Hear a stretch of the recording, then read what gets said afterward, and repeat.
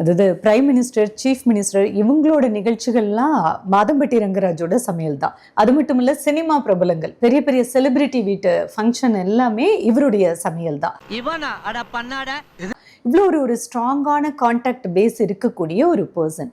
Cinema மட்டும் இல்லை, politically ஒரு கம்ப்ளைண்ட் ரைஸ் பண்ணுறோமே அப்படிங்கிறத நல்லா யோசிச்சு தான் வெளியில் வந்தீங்களா கம்ப்ளைண்ட் ரைஸ் பண்ண? நீ என்ன பண்ணிட்ட? நீ எம்ஜிஆரா? நீ கலைஞரா? நீ ஒரு பொறுக்கிடா, பொறுக்கி பேடா, பொறுக்கிடா நீ. இப்போ நான் சொல்றேன், நான் ஃபைட் பண்ற ஒரே ஒரு ரீசன் இந்த குழந்தைக்காக எனக்கு பதில் வேணும். அதுதான் நான் ஃபைட் பண்ணிட்டு இருக்கேன். இதெல்லாம் நம்புற மாதிரி அங்க இருக்குது. அவருக்கு பிஎம் தெரியும், சிஎம் தெரியும். இந்த மாதிரி ஒரு பொண்ணு பிரெக்னென்ட் ஆயிடுச்சு, ஹஸ்பண்ட் விட்டுட்டு போயிட்டாரு, குழந்தைக்கு எந்த ஒரு பதிலும் சொல்லவில்லை அப்படிங்கிறத நான் போய் பிஎம் கிட்ட அட்ரஸ் பண்ணா உமனுக்காக பிஎம்ஓ சிஎம்ஓ நிக்க மாட்டாங்களா?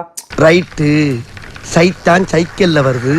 உமனுக்கு ஒரு பிரச்சனைனா அதை இந்த கவர்மெண்ட் அட்ரஸ் பண்ண மாட்டாங்களா? அப்ப என்ன மாதிரி பாதிக்கப்பட்ட பொண்ணுங்களுக்கு யார் பதில் சொல்வா? நல்லா இருப்பா. ஆஹா, ஒண்ணு குடித்தாங்கய்யா, ஒண்ணு குடித்தாங்கய்யா. ரிவெஞ்ச் எடுக்கிற மாதிரி அவரோட வீடியோ, பர்சனல் வீடியோவை ரிலீஸ் பண்ணும்போது அவரோட ஈகோவை டச் பண்ணும்போது, இந்த வீடியோ ரிலீஸ் பண்ணும்போது அது சேர்ந்து வாழணுன்ற ஒரு டேமையே கில் பண்ணாதா? எனக்கு அவ்வளோ ஆத்திரம் வருது, என் கோவத்தெல்லாம் அடக்கிட்டு இருக்கேன். என்னடா வாழ்க்கை இது, மனுஷ வாழ்க்கை. இத்தனை நாள் என் கூட வாழ்ந்திருக்காரு, பொண்டாட்டின்னு சொல்லி தான் எல்லா இடத்துலையும் அவர் என்ன அட்ரஸ் பண்றாரு. ஓய், என்னடி பண்ற பொண்டாட்டி? தொடக்கல நாயக பங்கு மாட்டிக்கிட்ட பங்கு. வீட்டுக்கு போய் சாப்பிட்டுட்டு குளிச்சுட்டு ட்ரெஸ் மாத்திட்டு வந்துட்டேன். Miss you, love you, Tata. நான் தான் அப்பவே சொன்னேனே, பேசாம போயிரு, அசிங்கப்பட்டு போயிருவானே.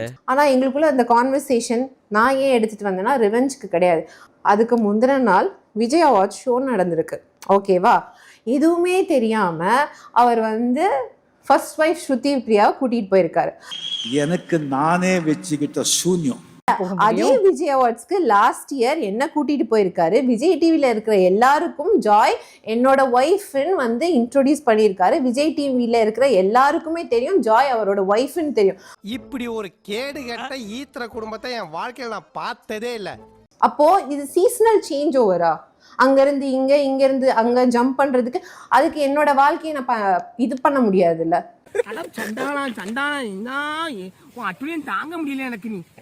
பட் என்னன்னா ஃபேஸ் டு ஃபேஸ் பண்ணட்டுமே. ஃபேஸ் டு ஃபேஸ் என்கிட்ட பேசணும், இல்ல ஃபேஸ் டு ஃபேஸ் ஒரு சொல்யூஷன் கொடுக்கணும். அதை எதையும் பண்ணாம இன்னைக்கு நான் ஒரே ஒரு கேள்வி கேட்கிறேன், மாதம்பட்டி ரங்கராஜால ஓடவும் முடியாது, ஒளியவும் முடியாது, கரெக்டா? சில நேரங்கள்ல சில மனுஷங்களை புரிஞ்சிக்கவே முடியாது, ஏன் இப்படி இருக்காங்க, எதுக்கு இப்படி பண்றாங்க. பிகாஸ் எல்லாருக்குமே தெரியும் மாதம்பட்டி ரங்கராஜுக்கு 2 மனைவி இருக்காங்க. ஒன்று Shruti Priya, second wife Joy. Joy என்ன இருக்காங்க, பிரெக்னெண்டா இருக்காங்க, 7வது மாசம் பிரெக்னென்ட். அந்த குழந்தைக்கு பதில் இல்லை. அந்த குழந்தைக்கு பதில் வேணும் தான் இப்போ வரைக்கும் நான் போராடிட்டு இருக்கேன், ஃபைட் பண்ணிட்டு இருக்கேன். சந்தோஷம். நீங்க தான் 2வது மனைவி அப்படின்னு சொல்றீங்க, பட் நம்ம நாட்டு சட்டம் லீகலா நீங்க மனைவி இல்லைன்னு சொல்லுது. நான் வாழ்ந்திருக்கிறேன், 2 வருஷம் அவரோட பொண்டாட்டியா வாழ்ந்திருக்கிறேன். சரி, ஓகே, அந்த வெட்டிங் போட்டோஸ் பொய்ன்னு நீங்க நிரூபிப்பீங்களா? சரி, ஓகே, என் கழுத்துல கட்டின தாலி பொய்யா? அவரு நீ எப்படி ஏற்பாடு வாங்க போற? ஸ்ருதி லீகல் வைஃப், 6 வருஷம் செப்பரேஷன்ல இருக்காங்க. என்னோட மாமனார் மாமியாரோட பேசிருக்கீங்க கோயம்புத்தூர்ல, ஓகேவா?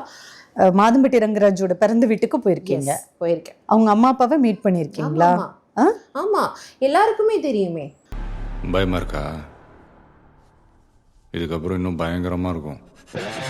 இங்க ஆக்சுவலி அவர் டெய்லி இங்க இருந்து எந்திரிச்சு போய் ஆஃபீஸ்க்கு போறதுக்கு முன்னாடி அந்த பூஜை அறையில இருந்து குங்குமம் எடுத்து என் நெத்தியில வச்சு என் தாலியில டெய்லி வச்சு விட்டுட்டு தான் அவர் வேலைக்கே போவார், ஓகேவா?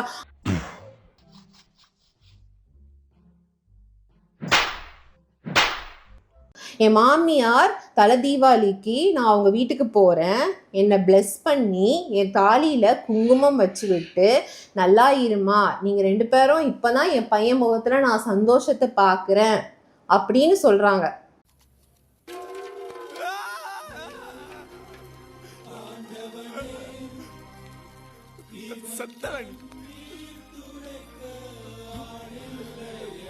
இனி ஒரு மண்ணும் பண்ண முடியாது உன்னால.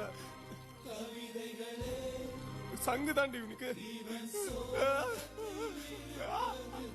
ஸ்ருதிக்கு நல்லாவே தெரியும். ஏன்னா நான் என்ன சொன்னேன்னா, இவர்கிட்ட கல்யாணம் பண்ணதுக்கு அப்புறம் நான் சொன்ன ஒரே ஒரு விஷயம், அந்த பொண்ணு எந்த வகையிலும் பாதிக்கப்படக்கூடாது. ஓகேவா? ஒரு பொண்ணா நமக்கு ஒரு இருக்கும்ல, மற்ற பொண்ணை ஹர்ட் பண்ணக்கூடாது. அது அவங்க இருக்காங்க இல்லை, எண்ட் ஆயிடுச்சு எண்ட் ஆகலை, அதெல்லாம் தாண்டி ஒரு நமக்கு ஒரு உமனை வந்து இன்னொரு உமன் வந்து ஹர்ட் பண்ண மாட்டாங்க, தப்பா பேச மாட்டாங்க. கரெக்டா? இவனுக்கு முகரக்கட்டையெல்லாம் பார்த்தாக்க அவ்வளவு நல்லவனுங்க மாதிரி தெரியலையடா. என் ஹஸ்பண்ட் கிட்ட நீங்க ஸ்ருதி பிரியா கிட்ட இன்ஃபார்ம் பண்ணிடுங்க, என்ன கல்யாணம் பண்ணீங்க. ஏன்னா அம்மா அப்பா எல்லாருக்குமே சொல்லிட்டாரு, இவங்க கிட்ட சொல்லல. பட் அதை சொல்ல வைக்கணும்னு சொல்லிட்டு நான் போராடினேன், சொல்லிட்டேன்னு என்கிட்ட வந்து சொன்னாரு. கொஞ்சம் நஞ்சம் கோவம் இல்லை ஃப்ரெண்ட்ஸ், ரொம்ப உச்சக்கட்ட கோவம் வருது. எப்போ நாங்கள் வாழ்க்கையை ஆரம்பிச்சிருக்கோம், 2023ல என்னை கல்யாணம் பண்ணிக்கிட்டாரு திரிவேதி அம்மன் கோயில. 2024 ஃபெப்ரவரியில இந்த வீடை வந்து லீஸ்க்கு எடுத்திருக்காரு. எனக்கு ஒண்ணுமே புரியலையா, என்ன உன் கதை இது? லீஸ்ல யார் பேர் இருக்கு? Rangaraj Thangavel. Relation to tenant யார் பேர்? ஒய்ஃப். அந்த ஒய்ஃப்ல என்ன பேர் இருக்கு? Joy Johnson. Yes, my name Joy Johnson. இது சோலி முடிச்சு. ஏன்னா அவர் வந்து என்னை வந்து தங்கம், பப்பு, பாப்பான்னு தான் கூப்பிடுவாரு. ஓகேவா? பொண்டாட்டி அதுல வந்து சொல்லுவாரு, எப்பவுமே அப்படிதான் பேசுவாரு. அவர் வந்து சொல்றாரு, தங்கம் நான் அவர்கிட்ட சொல்லிட்டேன், அவளுக்கு எந்த பிரச்சனையும் கிடையாது. இது மட்டும் குறைச்ச மாரி இல்ல, குறைச்ச மாரி. ஃபோன் பேரை வந்து சேவ் பண்ணியிருக்காரு. என் பேரை எப்படி சேவ் பண்ணியிருப்பாருன்னா ஒய்ஃப்னு. அப்ப நீங்க சொல்லுங்க, யாருக்கு யார் இம்பார்ட்டன்ஸ் கொடுக்குறா? நான் கேட்டேன்னா இதெல்லாம் ஒய்ஃப்னு நீங்க போன்ல போடுங்கன்னு சொன்னேன்னா? நான் வந்து கொஞ்சம் கோவக்காரன், சிரிச்சுட்டே தான் இருப்பேன். ஆனா சிரிச்ச மாதிரியே டே லூசு புண்டை அப்படின்னு திட்டிடுவேன். இதற்கு ஒரே ஒரு காரணம் ஜாய் கிறிஸ்டல்டா கிடையாது, மாதம்பட்டி ரங்கராஜ்.